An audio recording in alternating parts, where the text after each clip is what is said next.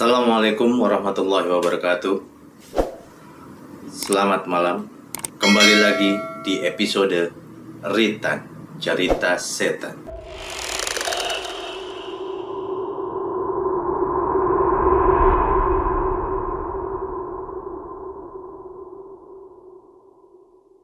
Kali ini saya akan bercerita tentang setan pengganggu rumah tangga. Cerita ini berkisah tentang keluarga bahagia yang memiliki 2 anak.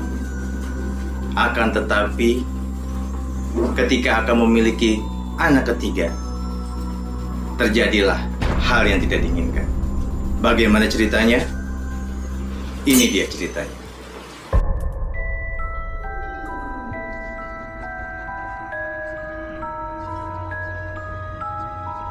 Saya mendapatkan cerita ini dari teman saya. Dia menceritakan bahwa istrinya memiliki hal-hal yang aneh. Pada awalnya ketika dia menikah, mereka hidup bahagia, serta sudah dikaruniakan 2 orang anak yang sangat lucu. Akan tetapi, ketika mereka mendapatkan anak ketiga, suatu hal terjadi. Pada suatu malam, ketika istrinya sedang tertidur, istrinya merasa kesakitan di perutnya. Sambil memegang perutnya, istrinya berteriak-teriak, "Sakit, sakit." Suaminya kaget dan terbangun. "Ada apa?" "Perutku sakit. Kita cek yuk ke dokter yuk. Takut ada kenapa-napa dengan anak kita." Akhirnya pada malam itu, teman saya bersama istrinya pergi ke rumah sakit untuk mengecek kandungannya.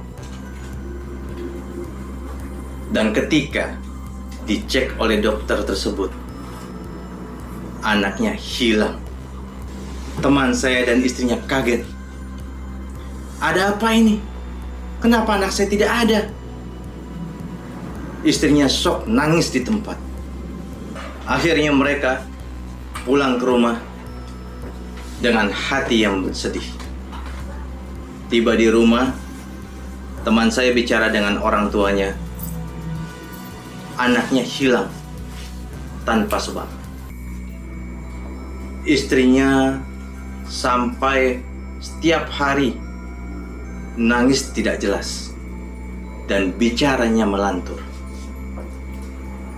Hari ke hari, minggu ke minggu, hingga bulan ke bulan. Dan anehnya, pada bulan ke-6, di rumahnya selalu didatangi oleh bapak-bapak dengan pakaian lusuh, muka kotor, dan selalu mengetuk rumahnya. Teman saya menganggap itu hanya sebagai orang minta-minta yang ada di daerahnya. Akan tetapi setiap hari orang tua tersebut mendatangi rumah tersebut. Hingga bulan ke-7, teman saya merasa tergerak. Ada apa ini? Saya tidak pernah melihat orang ini. Tetapi 6 bulan terakhir, bulan ke-6, setelah istri saya kehilangan anaknya, orang ini selalu mendatanginya. Hingga akhirnya di bulan ke-7, teman saya mencoba untuk bertanya, "Maaf kek, kakek dari mana?" Kakek itu menjawab, "Saya hanya jalan dan saya membutuhkan uang untuk makan. Tapi saya nggak pernah ngeliat kakek di daerah sini." "Iya, saya bukan orang sini. Saya orang jauh." Akhirnya, "Kakek, ada apa datang ke rumah saya setiap hari?" Teman saya coba memberanikan diri bertanya, Kakek itu menjawab, "Saya melihat ada sesuatu di rumah Anda." Maksud kakek, istri Bapak ada? Ada, kek. Kenapa, kek? Tidak apa-apa. Saya hanya menanyakan saja. Pada hari itu, teman saya tidak berpikir, kenapa ini kakek tanya istri saya? Sampai hari ketiga, teman saya selalu mengobrol dengan kakek tersebut. Dan terbesit di pikiran teman saya, mungkin kakek ini tahu kali kenapa anak saya bisa hilang. Teman saya coba memberanikan diri bertanya, "Kakek, pertama kali kita bicara, kakek sempat tanya tentang istri saya. Apakah kakek tahu hal aneh terhadap istri saya?" Kakek itu menatap tajam kepada teman saya dan berkata, "Istri kamu tahu." Maksudnya? Iya, istri kamu tahu penyebabnya. Penyebab apa?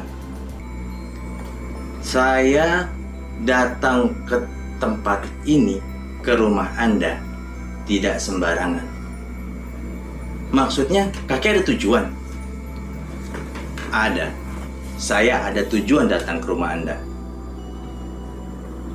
Teman saya kaget dan merasa marah. Maksudnya apa kek datang ke rumah saya berkali-kali dan tanya istri saya? Kamu silakan tanya kepada istri kamu, kenapa bisa begitu? Coba dia pikir sebelum kamu menikah. Hah? Itu kan udah lama sekali, kek. Saya sudah punya 2 anak. Kenapa ini baru kejadian, kek? Tanya saja. Akhirnya kakek itu pergi. Teman saya sampai besoknya, dia berpikir, apa maksud kakek? Tapi teman saya tidak berani bertanya kepada istrinya. Karena istrinya suka marah-marah, suka ngomong ngelantur. Dan suatu saat, istrinya mencoba untuk bunuh diri. Untungnya teman saya melihat dan mencegahnya. Akhirnya pada saat itu juga teman saya bertanya, "Kamu kenapa?" Maksudnya, saya bertemu dengan seseorang. Dan orang itu mengatakan bahwa kamu tahu kenapa anak kita bisa hilang. Mana aku tahu? Kan kamu lihat sendiri, kita ke dokter bersama dan dicek tidak ada sama sekali.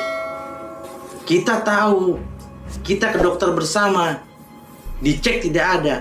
Tapi orang itu bicara sama saya, asal muasal masalah ini sebelum kita nikah. Istrinya kaget. Matanya terbelalak, melotot. Hah? Siapa kakek itu? Siapa orang itu? Saya tidak kenal. Tetapi bulan kemarin sampai saat ini dia suka mendatangi rumah kita dan kamu tidak tahu. Dia bicara apa? Dia bicara masalah kita berasal dari sebelum kita nikah. Akhirnya istrinya menangis. Istrinya menangis, sedih, merasa bersalah, berteriak-teriak. Teman saya kaget. Kenapa? Kenapa kamu bisa begitu? Apa masalahnya? Akhirnya istrinya mengaku bahwa dia sebelum menikah melakukan hal yang tidak baik. Dia bicara, "Maafkan saya, Mas." "Maafkan apa?" "Maafkan saya," sambil mengucurkan air mata. "Maksudnya?" "Kita menikah bukan berdasarkan cinta, bukan berdasarkan kasih sayang." Teman saya kaget. "Aku cinta sama kamu, aku sayang sama kamu." "Iya, sekarang. Tapi sebelum menikah, saya melakukan hal yang tidak baik." "Apa itu?"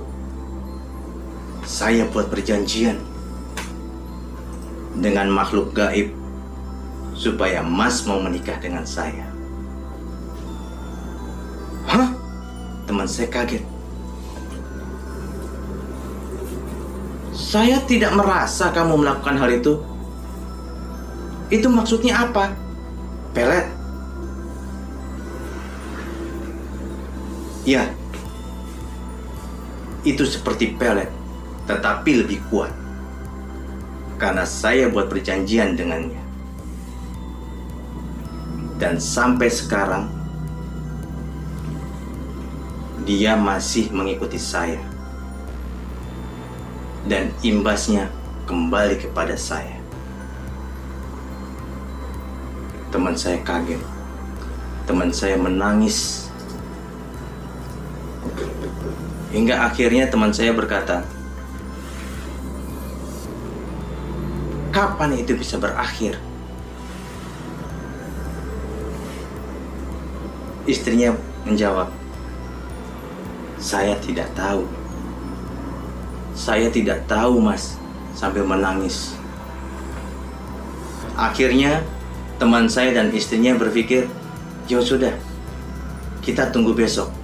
Kita coba ketemu dengan orang atau kakek yang saya temukan, yang biasa datang ke rumah." Pada besok harinya, pagi hari ditunggu di depan rumah, tidak lewat. Siang, sore tidak lewat. Lusanya ditunggu lagi, tidak juga. Akhirnya teman saya coba berinisiatif, "Ayo kita coba muter. Siapa tahu dia masih ada di daerah komplek kita." Dan tanpa sengaja, teman saya ketemu dengan kakek tersebut.